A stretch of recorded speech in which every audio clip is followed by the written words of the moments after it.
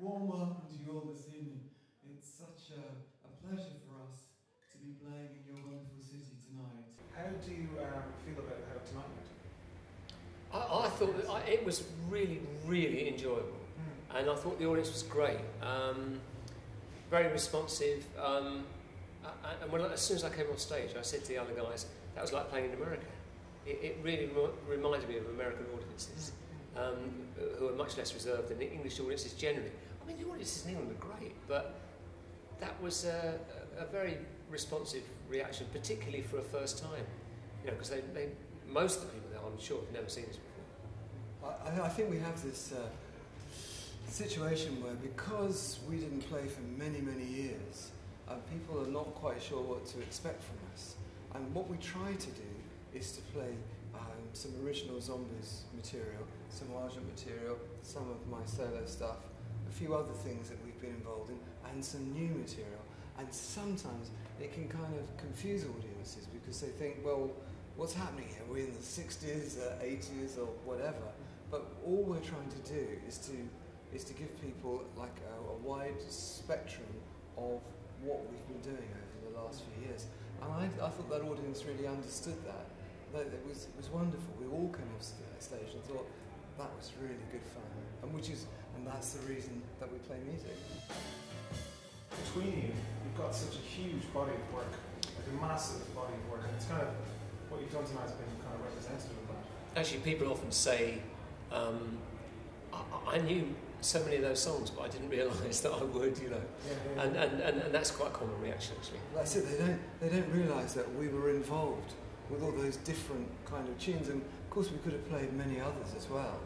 But obviously, over 40 years, we've been involved in lots of projects, and as Rod just said, people don't realise that it was us.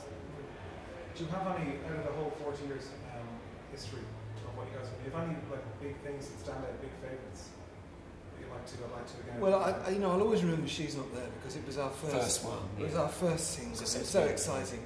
We were children, you know. We were 18 years old, 19 years old, and you know, the first record went to #1 in America.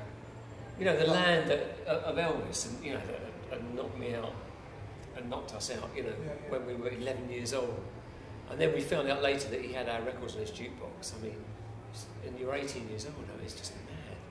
That was, you know, it's difficult to top that, really. And you guys are part of the British invasion in America. Our timing was, I mean, not our timing, the timing for us was just wonderful.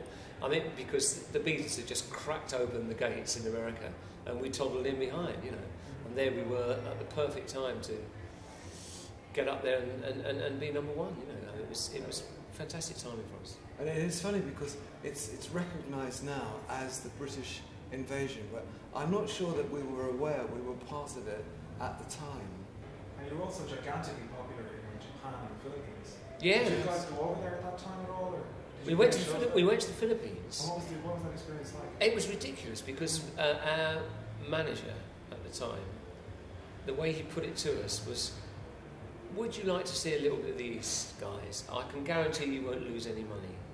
And we thought, well, you know, a bit of a holiday, we'll do that. And we got there, and there were thousands of people at the airport waiting for us. And we were looking around to see who else was on the plane. You know, and it was us. We thought, someone famous is on this plane, because there's thousands of people in the airport. We didn't know we'd ever sold a record in the Philippines, and we had like 5, maybe 6 records in the top 10 when we got there. And there's no way in those days that you could know that. And and the Philippines, we found out, was the 3rd largest English-speaking place in the world, country in the world. And we played a residency in this place called the Araneta Coliseum to 40,000 people a night for 10 nights. And we got £80 between us at night. Do you remember playing 7 shows a day? Yeah. Oh. In the Brooklyn. Oh, yeah, absolutely. Was that, what was that like? Well, I mean, it was incredibly exciting. This was our first time in America, and we actually had the #1 record in Cashbox. And now everybody refers to Billboard, but at the time there were 2 trade papers, and we were #1 in Cashbox while we did that show. And we were playing with these wonderful artists the Shirelles, Benny King, Dionne Warwick, Patti LaBelle, Chuck Jackson, Shangri-Las. There are sort of like 14 or 15 acts on. And they all really liked our music, which was fantastic. And also they were lovely people. And, yeah. I think we might have opened on Christmas Day. 8 o'clock in the morning. Yes, and we had to stay there all day and play. We only did two songs a show. Oh. Yeah, well, it wasn't like we played. Well, if we played for an hour and a half and everyone else played for an hour and a half, well, you know, the show would have lasted 3 days. But we played 2 songs, but every act on that show, after their 2 songs, had to go to the back of the stage and stand like a chorus line and kick their legs up and down. It was absolutely extraordinary. Everybody did it. And also there were things like the Shangri-Las were doing. One of the songs I did was Give Him a Great Big Kiss, and I had to walk out the front and plant a big smacker on Mary. Our drummers always like cars and motorbikes, I think. Yeah. So on their first number, which was Leader of the Pack, he drove this great big motorbike on with the lead singer on the back of the motorbike. Yeah.